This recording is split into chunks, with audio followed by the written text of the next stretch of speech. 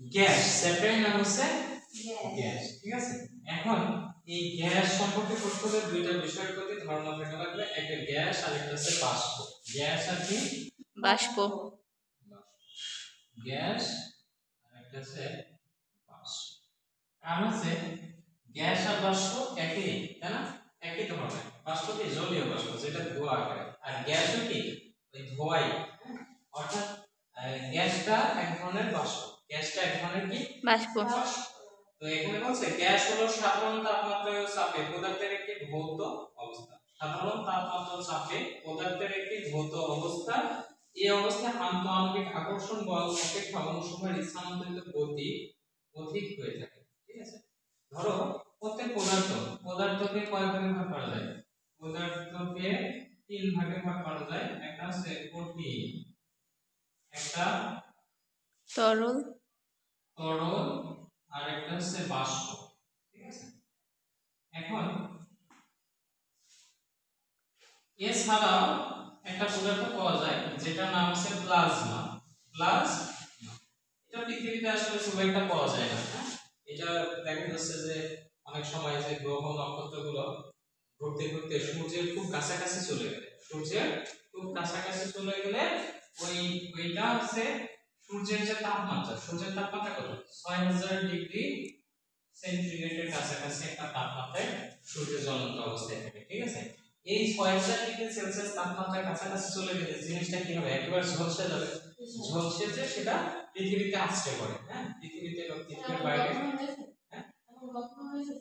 হ্যাঁ দেখা যাচ্ছে ওইটা আছড়ে পড়ার পরে মাটি চাপা পড়ে গেছে। এখন খনন কাজে দেখা যাচ্ছে কিছু কিছু সময় পদার্থগুলো পাওয়া যায়, সচরাচর পাওয়া যায় না। দেখা যাচ্ছে ওই খনন কাজে বা খনিতে এই ধরনের পদার্থ পাওয়া যায়, কি বলে তাকে? প্লাজমা। ঠিক আছে, মূলত পদার্থকে আমরা তিন ভাগে ভাগ করতে পারি, কঠিন, তরল আর একটা কি বাষ্প। এখন এই কঠিন পদার্থের ভিতরেও কিছু কিছু ক্ষুদ্র ক্ষুদ্র অণু দ্বারা গঠিত হয়। কি দ্বারা? অণু দ্বারা গঠিত হয়। আবার যখন আমি তরল পদার্থ রাখবো, ঠিক আছে, তাদেরও কিছু কি থাকে? অণু থাকে। অণু ছাড়া কি পদার্থ? অণু পরমাণু ছাড়া পদার্থ গঠিত হয় না। ঠিক আছে, এর কিছু অণু পরমাণু থাকে। আবার যখন আমি গ্যাসীয় নেব তখন তারও কিছু অণু পরমাণু থাকবে। ঠিক আছে, কিন্তু প্রত্যেকটা যদি অণু পরমাণু হয় তাহলে কঠিন, তরল এবং বাষ্পের ভিতরে তফাৎ কেন থাকে? তাই না? কঠিনটা ধরো যে বরফ কি এক খন্ড বরফ। ঠিক আছে, এটা যদি একটা পাত্রে রাখা হয়, সেই পাত্রে যদি ঠান্ডা করা হয় তাহলে এই বরফটা কিসে পরিণত হয়ে যাবে? পানিতে পরিণত হয়ে যাবে, তাই না? আবার এই পানিতে যদি তুমি কি করো, তাপ দাও, ঠান্ডা তো না, তাপ দিলে বরফকে তাপ দিলে কি হবে? পানিতে পরিণত হবে। আবার যদি তুমি এটাকে আরো তাপ দাও তাহলে এভাবে ধোঁয়া হয়ে কি হবে? উড়ে যাবে, তাই না? তাহলে দেখো তিনটাই তো পদার্থ ছিল। কি ছিল? তিনটাই পদার্থ ছিল, কিন্তু কোনটা কঠিন, কোনটা তরল, কোনটা বাষ্প। এর কারণ হচ্ছে পদার্থের অণুগুলো একে অপরের সাথে যুক্ত থাকে। হ্যাঁ, কি থাকে? যুক্ত থাকে। কিসের কারণে যুক্ত থাকে? এদের মধ্যে একটা বল কাজ করে, আকর্ষণ বল। কি বলে? আকর্ষণ বল। এটাকে বলা হয় আন্তঃআণবিক আকর্ষণ বল। আণবিক আকর্ষণ বল বা ভ্যান ডার ওয়ালস বল। ঠিক আছে, ভ্যান ডার ওয়ালস বল। এখন এই বলটা যখন কঠিন অবস্থায় থাকে তখন এই বলটা খুবই সামান্য হয়। কি হয়? সামান্য তো না, খুবই আকর্ষণ বলটা খুব বেশি থাকে। হ্যাঁ, অনেক বেশি থাকার কারণে এর অণুগুলো কি হয়? একেবারে কাছে। দেখো চৌম্বক দুইটাকে যদি আমি কাছাকাছি নিয়ে যাই তাহলে কি হয়? একত্রিত হয়ে যায় না? একটু দূরে রাখলে বা ছোট ধরনের চৌম্বক যদি থাকে, সেই ক্ষেত্রে ছোট ধরনের চৌম্বক হলে সেটা কিন্তু খুব একটা আকর্ষণ করে, কিন্তু বড় বড় চৌম্বক দিলে কি হয়?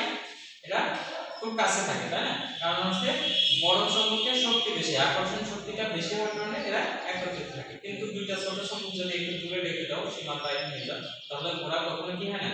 এক হয় না। যদি মাঝারি ধরনের দাও তাহলে হালকা আকর্ষণ করে, তাই না? হালকা আকর্ষণ করে।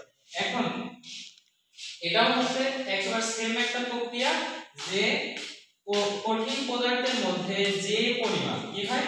যে পরিমাণ আকর্ষণ শক্তি থাকে সেটা তরল এবং বাষ্পের থেকে বেশি। তরল এবং কি বাষ্পের থেকে বেশি। বেশি বেশি হওয়ার কারণে এটা কি হয় একত্রিত থাকে, মানে একসাথে লেগে থাকে, যার কারণে এটা সলিড হয়, মানে আছে দেখা যায়। ঠিক আছে, এই যে তরল যখন আমি তাপ দিচ্ছি, তাপের কারণে এই যে শক্তিটা, এই শক্তিটা ভেঙে যায়। কি হয়? ভেঙে যায়, আস্তে আস্তে কমতে থাকে। যখন কমে যাবে তখন এই অণুগুলোর মধ্যে দূরত্ব সৃষ্টি হয়। কি হয়? দূরত্ব সৃষ্টি হয়, দূরে দূরে সরে যায়। যখন দূরে সরে যায় তখন এটা তরলে পরিণত হয়ে যায়। যখন তুমি আরো তাপ বাড়িয়ে দেবে তখন এই শক্তিটা আরো কি হবে? ভেঙে যাবে। তখন অণুগুলো আরো দূরে সরে যাবে। ঠিক আছে, আর অণুগুলোর গতি শক্তি বেড়ে যাবে। এই অণুগুলোর আকর্ষণ শক্তি যত বেশি, অণুগুলোর গতি শক্তি মানে ছোটাছুটি করতে থাকে। হ্যাঁ, গতি শক্তি তত কি হয়? এর আন্তঃআণবিক শক্তি বা আকর্ষণ শক্তি যত বেশি হবে, অণুগুলোর গতি শক্তি তত কমতে থাকবে। ঠিক আছে, কমতে থাকবে। হ্যাঁ, এটাই ধরো যে আন্তঃআণবিক শক্তি একটু কম, গতি শক্তি একটু বেশি।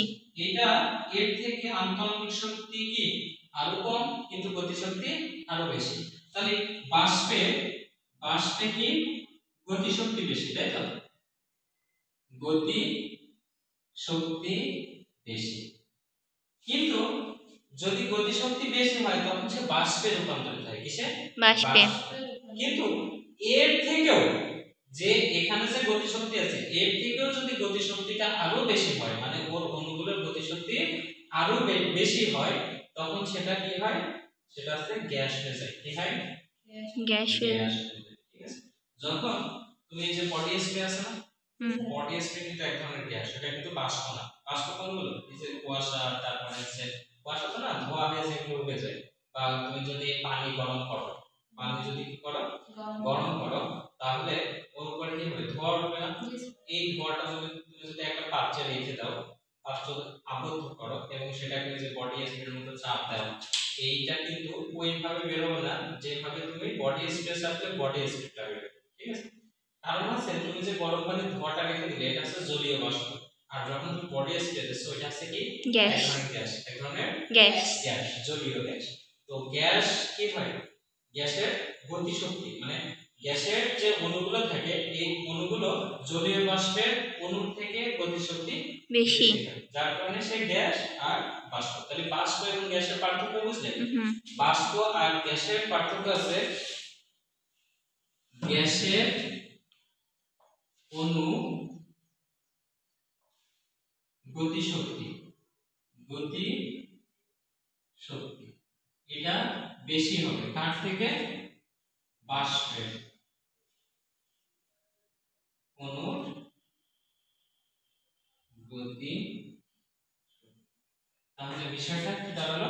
যে গ্যাসের অণুগুলোর গতি শক্তি বাষ্পের অণুগুলোর গতি শক্তি থেকে বেশি। ঠিক আছে, তাহলে এই হচ্ছে বাষ্প এবং গ্যাসের কি পার্থক্য। হ্যাঁ, আর তাহলে আমরা যা বললাম সেটা হচ্ছে যে পদার্থের মধ্যে বা পদার্থের অণুগুলোর মধ্যে এক ধরনের আকর্ষণ বল কাজ করে। কি করে?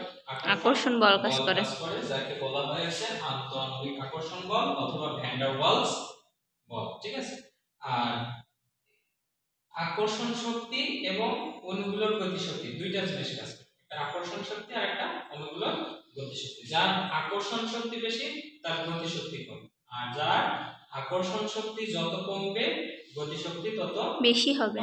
হ্যাঁ, তাহলে এই যে বাষ্পটা, এই গ্যাসটা এক ধরনের বাষ্প, কিন্তু বাষ্প গ্যাস নয়। সকল বাষ্পই কি গ্যাস না, কিন্তু সকল গ্যাসই এক ধরনের বাষ্প।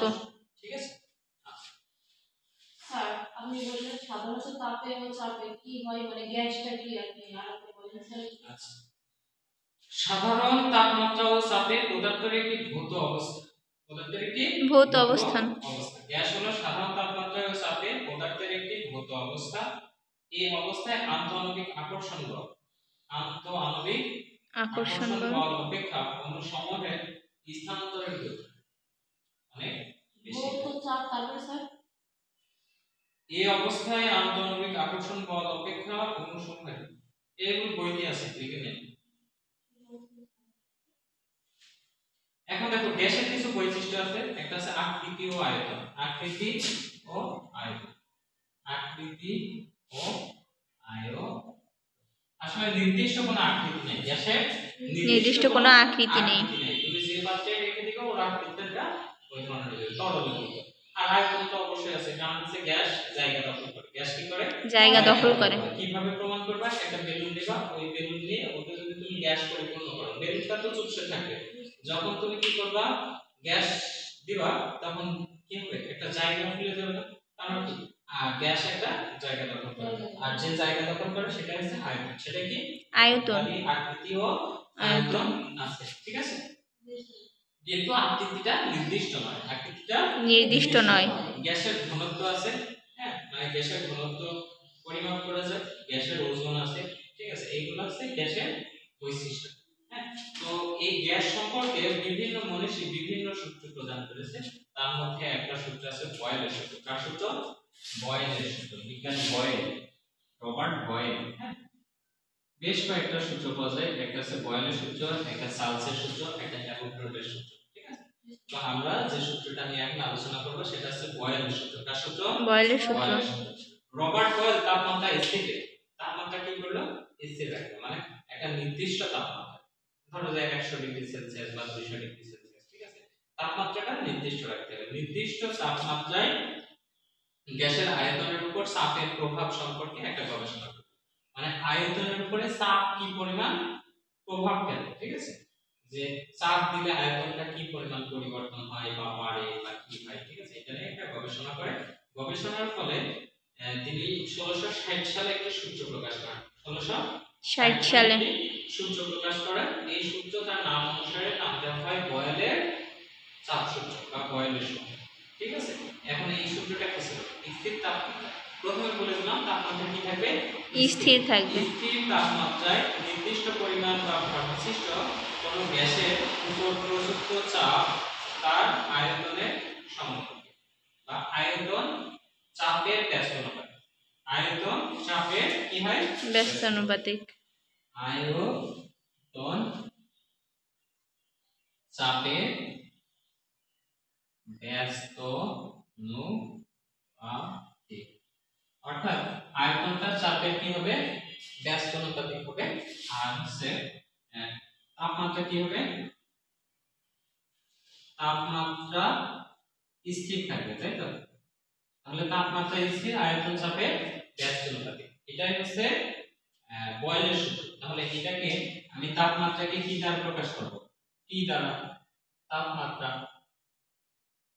আর আয়তনকে ভি দ্বারা। কি দ্বারা? আয়তন ভি দ্বারা, ভি দ্বারা। আর চাপকে পি দ্বারা প্রকাশ করব। কি দ্বারা? পি দ্বারা। পি দ্বারা প্রকাশ করব, ঠিক আছে? চাপ। পি দ্বারা চাপ আছে। এখন দেখো যে এটাকে যদি আমি সূত্রটাকে একটা গাণিতিক রূপ দিই, তাহলে ভি আয়তন কার ব্যস্ত অনুপাতিক? তাপমাত্রা। চাপের। তাপমাত্রা হচ্ছে স্থির, তাপমাত্রা কি? স্থির, চাপের ব্যস্ত অনুপাতিক। সমানুপাতিক হলে পরে এখানে শুধুমাত্র পি বসতো, কিন্তু না, ব্যস্ত অনুপাতিক বলেছে এজন্য 1/p, ঠিক আছে? এখন এই সমানুপাতিকটাকে আমি সমানে পরিণত করব। কিসে? সমানুপাতে সমানে পরিণত করব। তাহলে ভি সমান সমান। সমানুপাতিককে কখনোই সরাসরি সমানে প্রকাশ করা যায় না, এর জন্য একটা ধ্রুবকের প্রয়োজন হয়। কিসে? ধ্রুবক। ধ্রুবক। সেই ধ্রুবকটা আমি কে নিলাম? কি নেব? কে ইনটু 1/p, ঠিক আছে? পাশে লিখে দেব কে হচ্ছে সমানুপাতিক ধ্রুবক, সমানুপাতিক ধ্রুবক, ঠিক আছে? মানে সমান করার জন্য বা সমানুপাতিক চিহ্নটাকে সমানে রূপান্তর করার জন্য নিলাম, এজন্য এটাকে সমানুপাতিক ধ্রুবক বলা হয়, ঠিক আছে? এখন দেখো এই পিটা কি আছে? ভাগ আছে, এই পাশে নিয়ে আসো, কি হবে? গুণ হবে। তাহলে পিভি সমান কি? কে। পিভি সমান সমান কে।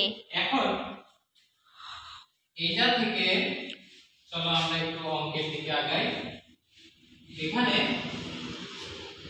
দুইটা গ্যাস নেব। কয়টা গ্যাস নেব? দুইটা গ্যাস নেব, ঠিক আছে? প্রথম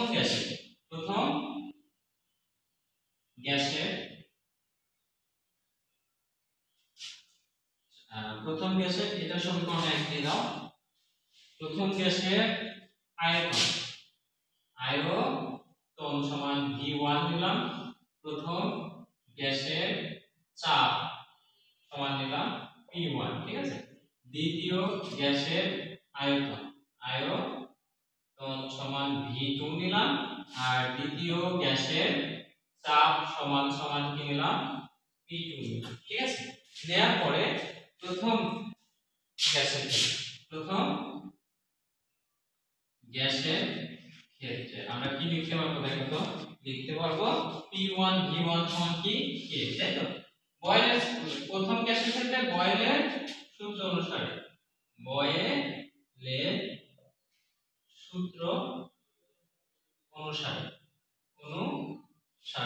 কি লিখতে পারবো P1 V1 সমান K, সমীকরণ 2 দাও।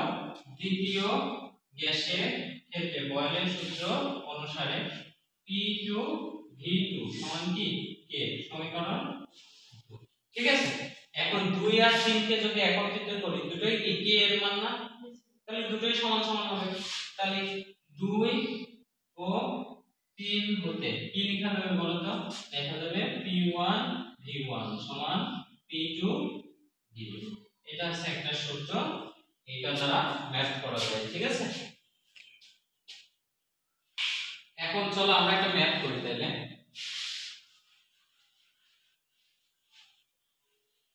বলছে যে স্থির তাপমাত্রায় 1 অ্যাটম চাপে 1 অ্যাটমসফিয়ার চাপে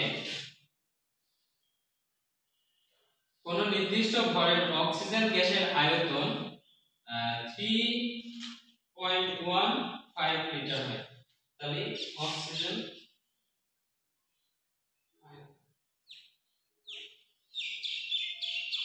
তাহলে এটা আছে কি বললাম চাপ, তাই না। তাহলে চাপ হচ্ছে P1 আর V1 সমান সমান হবে আছে 3.15 লিটার, 3.15 লিটার ঠিক আছে। এটা আয়তন ছিল কোন গ্যাসের, হ্যাঁ। চাপ ছিল কত 1 অ্যাটমসফিয়ার আর আয়তন কত 3.15 কত 3.15 লিটার, 3.15 লিটার এটা হচ্ছে আয়তন ছিল। এখন বলতেছে যে ওই অক্সিজেন গ্যাসের চাপ বৃদ্ধি করে 2.50 করা হলো। তাহলে চাপ বৃদ্ধি করে কত হলো 2.50। তাহলে দ্বিতীয় চাপ তার মানে P2 চাপ বৃদ্ধি করে কত করা হলো 2.50 অ্যাটমসফিয়ার, চাপ বাড়ানো হলো। এখন তাহলে আয়তনের কি পরিবর্তন হবে সেটা নির্ণয় করতে হবে। তাহলে V2 সমান কত আর শেষ আয়তনটা কত ঠিক আছে। এখন আমরা সূত্র কি লিখলাম P1 V1 সমান P2 V2। তাহলে আমার বের করতে হবে কি V2 বের করতে হবে, শেষের আয়তনটা কত V2 বের করতে হবে। তো আমি V2 রেখে দেব, P2 এর পাশে নিয়ে চলে আসবো। তাহলে P1 V1 বাই P2 সমান সমান কি V2। তাহলে P1 এর মান কত 1, V1 এর মান কত 3.15 আর P2 এর মান 2.50। ক্যালকুলেট করলে মান বেড়ে যাবে। তাহলে আয়তন এখানে মান আছে 1.26 লিটার, 1.26 লিটার সমান V2। তাহলে যদি এই ধরনের ম্যাথ করে পারা যাবে না, পারা যাবে। সামনের দিন আমরা প্রমাণ করব যে P ইকুয়াল এ নাকি, P ইকুয়াল এ নাকি। এই পর্যন্ত দেখি।